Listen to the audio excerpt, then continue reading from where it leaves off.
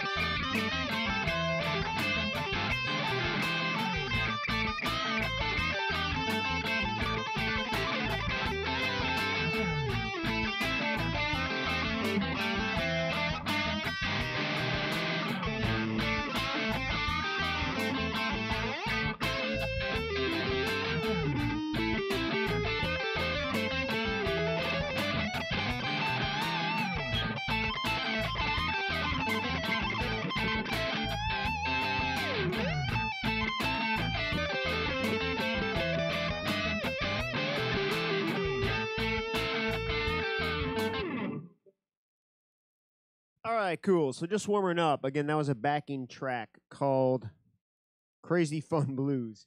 So one of the cool things we're going to cover here is talking about some of the scales I was using and some techniques that I use. So this jam track is in the key of A. And actually, I'm testing out something too. There's a link underneath the video that points to Rock Guitar Power. And I'm actually able to also stream this live on the site because on the site I could actually share. There's the jam track right below the video and the tabs and all that stuff. But we're going to see if this works.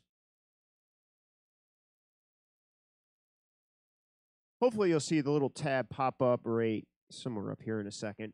So what I'm going to show is the scale that I'm going to use to help you guys out right now. And this is a little different from the minor pentatonic scale because one of the things that people asked for and wanted to know more about is how they could use some other patterns to get outside of the pentatonic box that we're so used to using as guitar players. And this is cool because it's a way to open up the guitar neck. So what we're looking at is what I call the 5th degree pentatonic pattern. So a pentatonic scale has 5 notes in it as penta. So there's actually 5 different patterns that you could do, and as long as you start them on the right starting note, it's just like using the minor pentatonic box, only as long as you remember to start the pattern on the correct note for your key and use that pattern, you're able to use more of the guitar neck. And like guitar players like to do, you don't have to worry about what notes you're playing, or anything like that. You can literally just play the notes in that pattern, and you can create licks and sound good with your jam. So the key to this one is to make sure that you start this pattern one whole step down, which is 2 frets, from where the minor pentatonic pattern would work, okay? So for example, the backing track I'm playing to is in the key of A, or A blues, all right? So in other words, if I'm going to play that, I'm going to start my minor pentatonic scale on the 5th fret of the big string, which is A. But if I want to use the 5th degree pentatonic pattern, I want to make sure I go down 2 frets, down in pitch. So if I start this at the 3rd fret, I'm now going to be able to play all the exact same notes, but now I have a new pattern in a different part of the guitar neck. All right, so let's hear how this sounds against the actual backing track. So what I'm going to do is play the backing track, jam along to it in the good old typical A pentatonic pattern, but then I'm going to shift to this new pattern that you see and see how it sounds.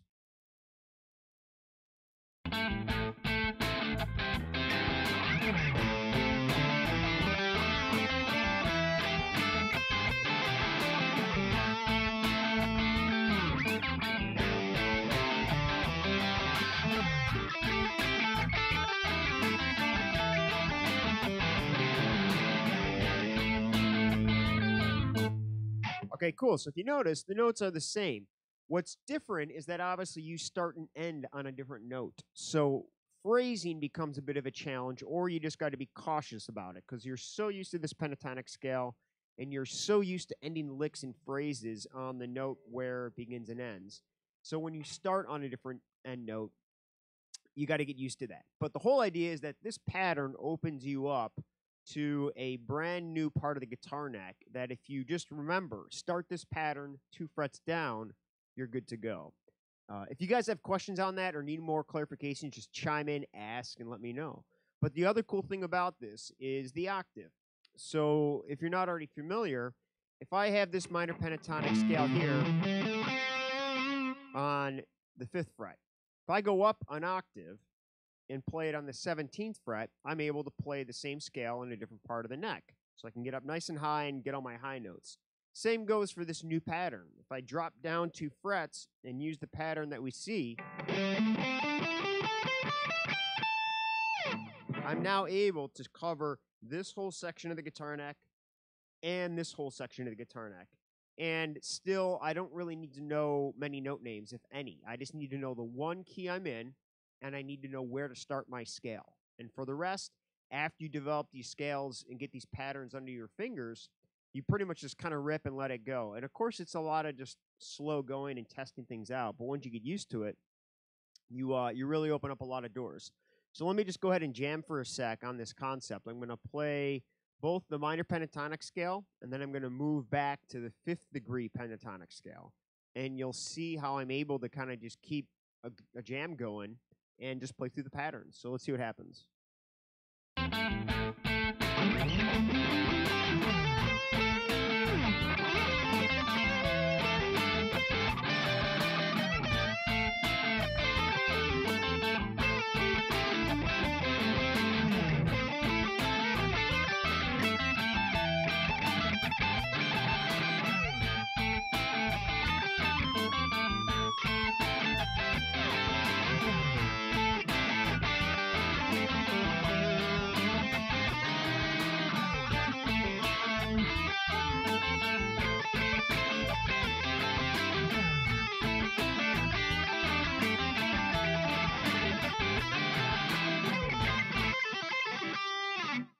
There we go. So hopefully that illustrates the idea pretty easily. Again, if you guys have questions or want more clarification on it, let me know. But that is one of the scale patterns that I really love doing. And now remember, there's 5 patterns altogether for pentatonic. So this whole concept allows you, if you have 5 different patterns, remember, all you need to know is what key am I in, where do I start my first pattern? And then if you know how all the other patterns relate to each other, in this case, you start this new pattern 2 down from where your first one was for your minor pentatonic, which again is the king of all guitar scales. You're able to then use more of the guitarnic very easily without having to read music, without having to learn more notes and so forth. So super easy, helpful tool. And by the way, this is all part of a program that's in Rock Guitar Power called the Soloing in Lead Playing program. So that course is specifically designed to teach you these 5 pentatonic patterns and how they all relate to each other, okay? So really cool concept. So now let's talk about a lick that you could use or a technique for alternate picking to play through this to kind of develop new lick ideas and new techniques. So one of the things that I think people, after teaching for so long, that I realize people are very used to doing is it's easier for them to come down scales rather than up. And by down, I mean, from higher notes that way. A lot of times people play those very easily or quicker when they come that way. A lot of times because maybe you're doing pull-offs. All right. But one of the things that I like doing is going the opposite way a lot. All right. So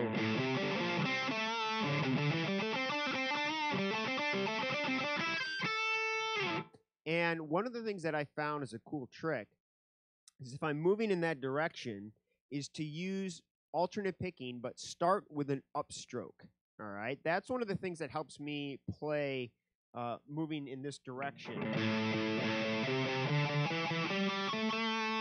So if I take a general pentatonic scale and I play each note twice, all right, usually I'm going to start on a downstroke. A lot of people, depending on the lick you're about to start or the direction you're about to move, you might have the tendency to want to start with a downstroke, which is nothing wrong with it. One thing I found that made it easier for me, though, is if I start with an upstroke in going this direction. So in other words, I'm going to go up, down, then up, down. All right? And if I keep repeating that,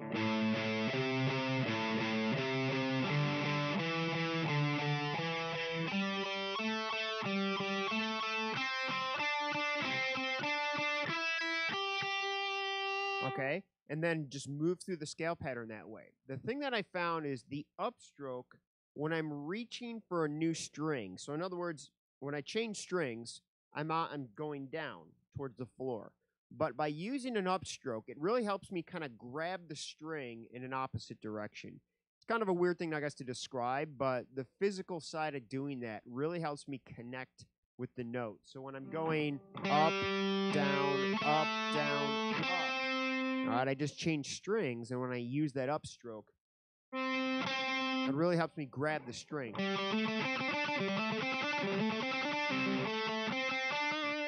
All right, and again, because pentatonic patterns are 2 notes per string, it's a really good pattern to do just alternate picking. And of course, we could try that with the new scale pattern. The best way to really get new patterns and new lick ideas is just use them right away in a practicing, repetitive sense.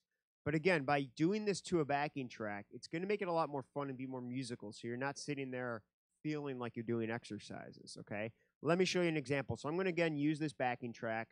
I'm going to play along to it, and what I'm going to do is just do this lick pattern over and over and repeat it at different sections of the scale.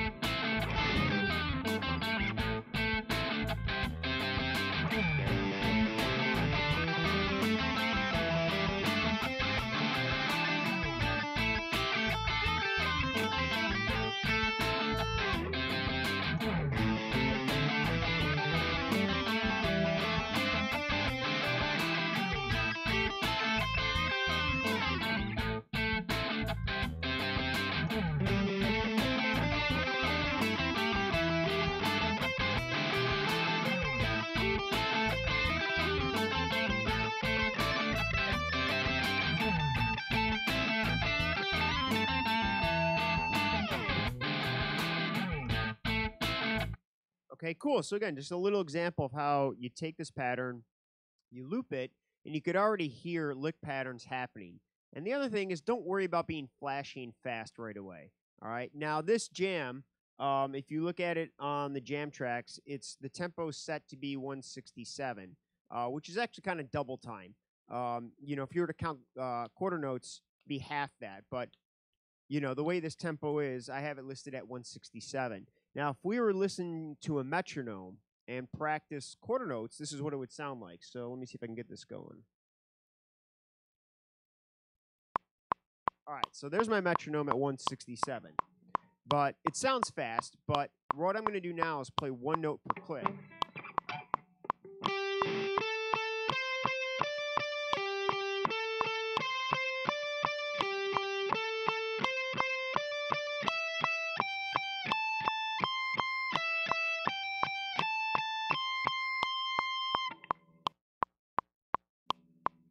Okay, so that's not that fast, all right?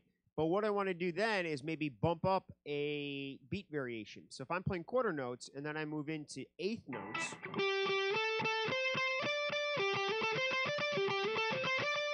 now I'm getting faster. But the way to get there is slowly move up, all right? So in other words, if I'm at 167 right now, move up to 175, move up to 180, and so forth. Or half that, because again, you're at the higher beat variations, or the beat tempos, and it gets pretty fast, and you hear that click a lot. So if you play at half that tempo, so let's just say we make it 82 or so.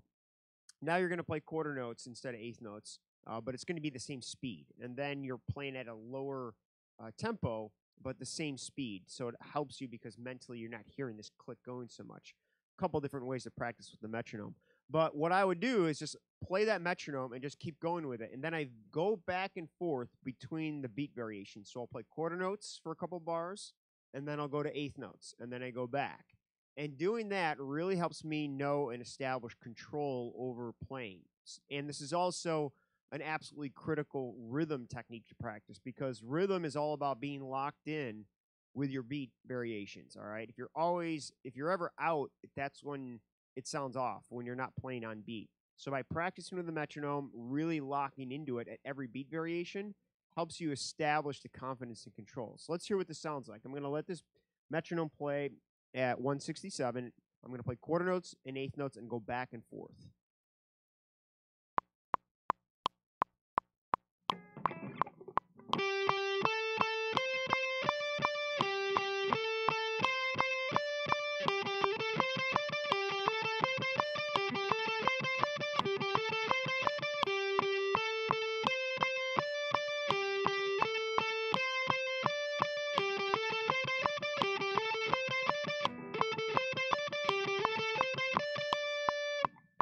All right, so there you go. Going back and forth allows me to really establish control. And then when I'm comfortable at that tempo, I'll move the metronome up maybe 5 beats or so. And that's how I'm able to really start developing speed and control at all tempos. And then, of course, you're going to try to get to the next beat variation, which in this case would be 16th notes. And that's when things really get ripping, but it's a lot of fun and it sounds really cool. We'll see if I can do it. Let's see what happens. I haven't practiced this in a while, but let's see what happens.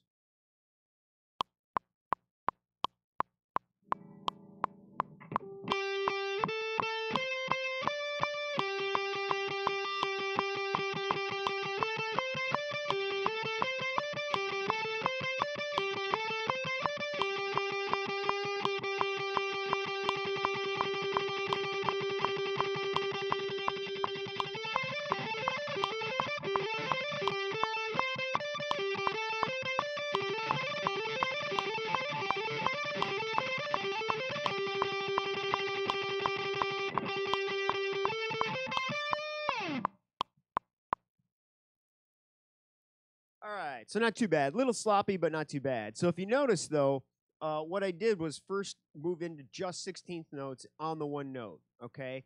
And then what I do is accent every fourth note. So in other words,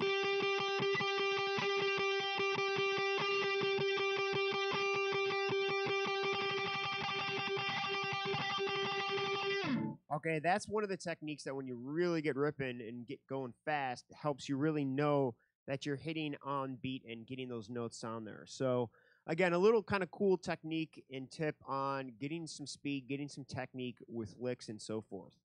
If you guys have questions on that, let me know. Chime in there. Let me know who else is out there. But one of the things that I like talking about are course technique and licks and all that. It's such an integral part of playing. But knowing how to make this stuff fun, because you don't want to feel like you're sitting there practicing. So, anyways, if I want to put this now into an actual lick, you could take that new scale pattern that we have and just practice it up and down. And that in itself is a cool way to start a solo or a jam. So let's hear how it sounds again.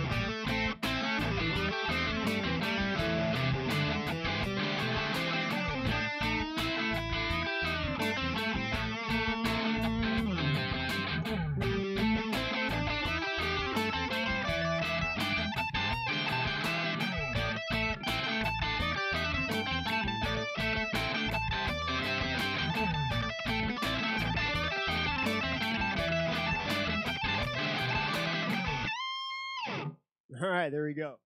So again, really cool idea of how you could, even starting off, a solo like that is a great way to make a statement. It really helps people say, "Oh, he's about to solo." And after you do a repetitive lick like that, you kind of have the floor to then open up and just kind of do whatever you want. But it's important to grab people's attention. So if you're just going to do a random jam and just kind of keep going, it's a good idea to start with something repetitive because people remember that and it's something for them to lock onto. So, anyways, really cool lick idea and some phrasing and some technique stuff for you. So, those are a couple of things that I wanted to cover, just as a quick lesson and so forth. Again, I was jamming along to a backing track called Crazy Fun Blues. It's in the key of A, so you want to start that one out at the 5th fret. And that whole jam I actually teach in the Guitar Pro Jam, which is on Rock Guitar Power. It's one of the courses that you get as a monthly member, which is super fun because there's a new jam every month where I teach you the groove. There's different tempos for the groove. And then I teach you a whole bunch of licks to try and use to learn with that groove. And of course, you could apply the licks to anything and just add them to your library. Cool stuff to do. And that's one that's in the Guitar Pro Jam. But again, if you just want to check out the backing tracks, hop right on the Rock Guitar Power. It's on the backing tracks, which you'll find in the navigation. So the other cool thing is one of my members, Terry. Terry, if you're out there, man, say what's up. If not, you'll probably see this on the replay. But Terry was asking about adding, doing more rhythm stuff, but also how you can kind of integrate rhythm and melody at the same time. And this groove is a great example of that, just to start off with, all right? If you notice, I call it Crazy Fun Blues because it's got a blues groove to it. Go out a little bit here, all right.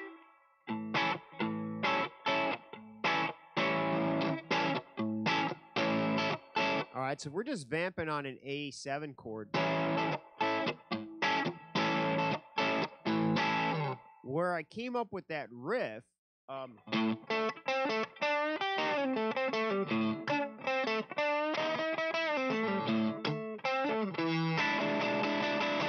something like that. You notice, basically, I got a pentatonic pattern,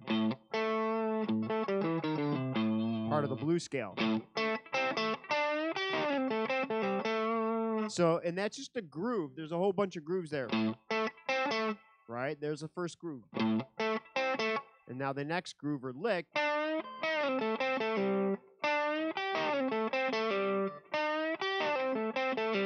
So if we combine the two together,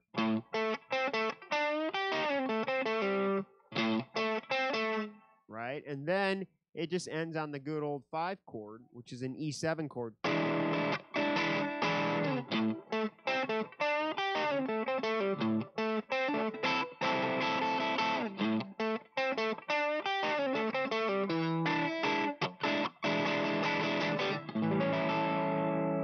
So one of the ways that you could easily integrate your rhythm playing and infuse melodies is the blues. It's a great form and a great structure to keep you because you spend so much time on that one chord, or when you go to the four chord, you're on it for 2 bars.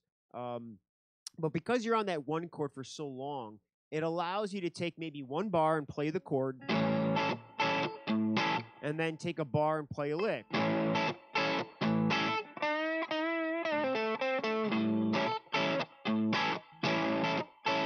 Now the four chord.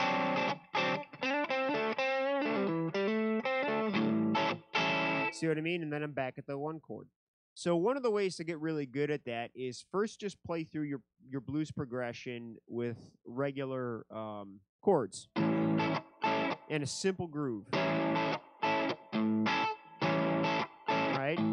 And then if you're in this boxy pattern and you got your minor pentatonic right under your fingers, you could just start laying in a little lick in between all your chords, okay? And now, since we have this new pattern that we're doing that is down to the fifth pattern, or the fifth degree pattern, I could scoot down there and sneak in a little lick and come right back.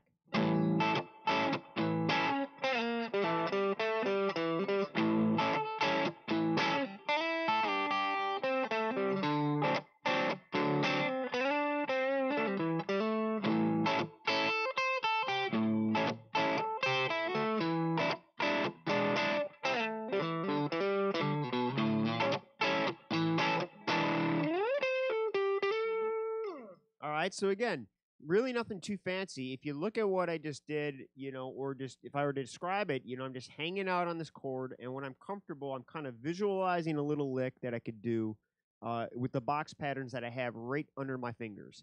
And that's one way to kind of infuse rhythm and melody all together, is just sneak in those little licks. But experiment with that, have fun, and just see where it goes for you, all right? Anybody else got questions out there? Hang on one sec. Let me refresh this and make sure I'm not missing any.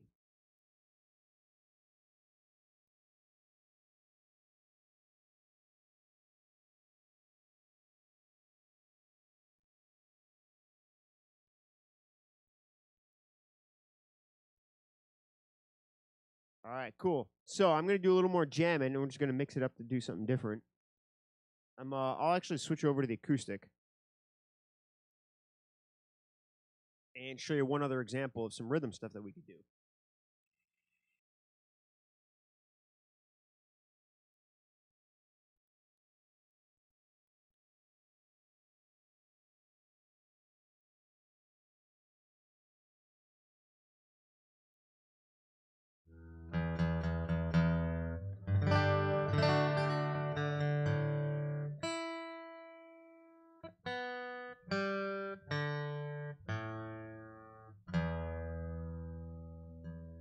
Okay, so another thing that is an absolutely amazing tool for working on your rhythm playing is a looping pedal. And I'll probably do a whole different lesson on this, but what I'm going to do is jam along and play a Stevie Wonder tune, which you should recognize. This is Superstition.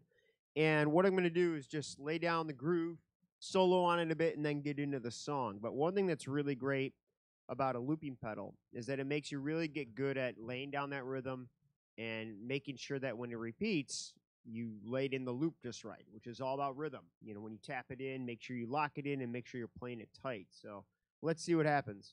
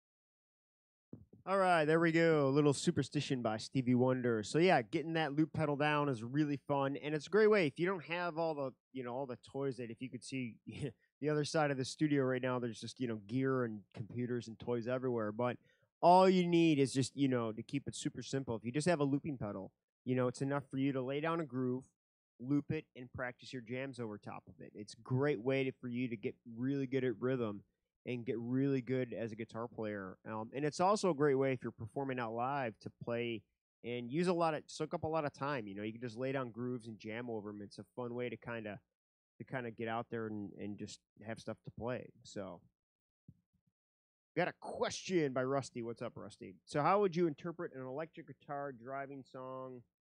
An electric guitar driving song to acoustic? Very great question. And there's so many different ways, man. One of the things that I'll actually play a perfect example of that. I've been focusing a lot on fingerstyle playing, which is kind of like what you just saw there, and I love it because it's very dense. You're basically taking, the melody, the vocal melody, the melody of the song, the rhythm, even the drums, and they try to really just put as much of the song into one guitar as he can. And if I could show you a perfect example of it, it's this next song here, which is going to be Money for Nothing, Dire Straits. And it's a perfect example of just one of the king of all electric guitar songs. And I heard this, I'm trying to remember the guy's name, Steve something or other. I believe it's Steve. I'll have to look it up and put it in the notes. This is an example. I won't play the whole song, but when I hear a version of or if I hear something that I want to play, on acoustic, a lot of times electric songs are actually written on acoustic. I don't know if it's true for this one, but here's an example. Let me just play a little bit of this groove and you can hear it.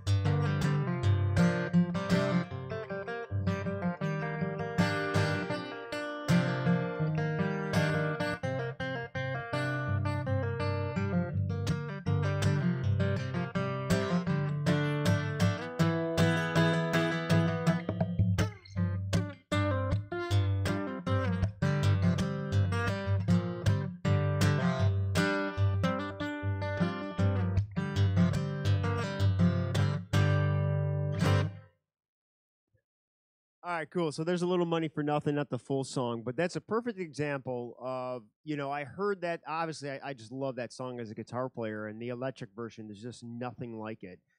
But when I heard that song and I started getting into fingerstyle, I'm like, there's got to be an arrangement of this song. And sure enough, I found it. And again, I'm not great at arranging stuff like that, but, other people are. And there was just this perfect guitar tab of it. Again, I'm going to make sure I put a note to it on the site. Yeah, cool, thanks. So that's an example. I mean, so many other songs that I've studied and learned, that you got that one from Stevie Wonder that's obviously, more in clavinet, and it's like anything, the beautiful thing about guitars, like, it could be arranged for any instrument, and even in different styles. I've seen people play fingerstyle arrangements of Dream Theater songs, just super technical, and it's not always just needing a whole big stack of distortion and all that. So that's one thing to do. It's like looking up fingerstyle. I mean, not gonna lie, it's super hard and difficult. I like that. It's a fun challenge. But that's one of the ways, to kind of approach it. And again, a lot of songs that are actually on guitar for electric might have been written for acoustic, and it just transfers well, really, and it's a cool way to break down stuff. The other thing I like about doing that actually is that it really helps you focus on sustain and your technique. Because when you have a big, thick electric sound, it just sustains forever, really, compared to acoustic. But when you're on acoustic and you don't have all those distortion pedals and that tone to kind of rely on, you got to really make sure your fingers hold the notes out and sustain. And it's a really good way to practice that technique. So just something else to think about.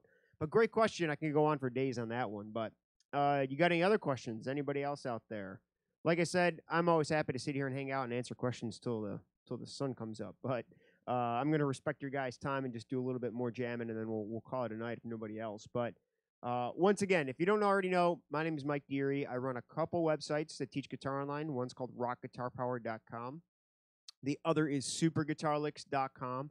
And I've been testing a bunch of different platforms. I did some Facebook Lives, but I did kind of ask my audience, and a lot of people wanted to be on YouTube more so. So I'm doing it here and just testing the waters. And I'm also testing out having this on the website itself too. So there's a link under this video, or the URL is just rockguitarpower.com/live-stream. And I believe this is embedded there because the cool thing there is that you could ask questions. I have the backing tracks that I did for this lesson. And I'm going to find a good home for all these recordings on the website so you could always access them later. But if you have specific things, that you want to know more about, it's probably on those websites, but I'm here to help and answer questions. So you could always email me to mike@rockguitarpower.com. So check those out. There's tons of backing tracks and cool stuff for you guys to have fun with if you're not already on there already. So, but I'm definitely looking to do a lot more of these and get a nice steady routine going. So I'm glad you guys could hang out and join. So, in the spirit of playing something that, as Rusty asked, interpreting electric guitar driving song to acoustic, this is an original song I wrote for acoustic guitar, but it totally comes from my background as starting my chops, learning Metallica tunes, learning shredding guitar, because acoustic just has a vibe to it sometimes that you just can't get with no matter how much distortion or how cool of an electric guitar you have. Sometimes things just sound better on acoustic. So this is a tune I wrote. It's in drop D. The other thing I like about acoustic guitar playing is that it helps you get into different guitar voicings that really take advantage of open strings. So this is a song called The Struggle.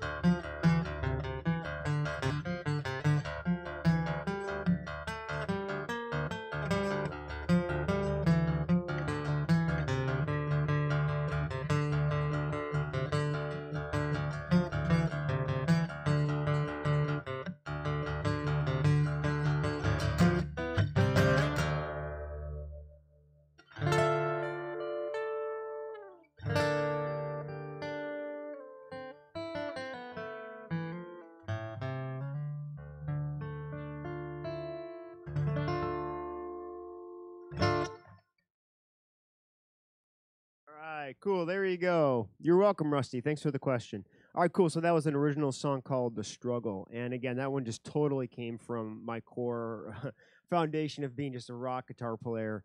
But as I got more into acoustic, man, there's just so many sounds that you can make on these things that you can't on electric, and vice versa. So, anyways, cool guys. I'm gonna wrap it up for the evening. Thank you guys so much for hanging out. I'm going to do a ton more of these, and the best way to find out is make sure you are on my email list. The best way to do that, go to either rockguitarpower.com or superguitarlicks.com. On both of them, you should see pretty obviously a way to sign up for free lessons. Look at the navigation, look at the menu, and there's always a link for free guitar lessons. Sign up with your name and email, and I'll be letting you know when I'll do more of these. And of course, there's tons of free guitar stuff on there. There's paid stuff for more in-depth and guided programs if you want. But you could always reach me at mike@rockguitarpower.com. And I'm going to have a replay of this up on rockguitarpower.com. And again, as I'm doing more of these, I'll find a nice home for them and make sure that any questions that you have after, I could keep the conversation and keep the lessons going on those conversations there. So once again, guys, thanks a lot. Mike Deary. We'll see you guys soon. Later.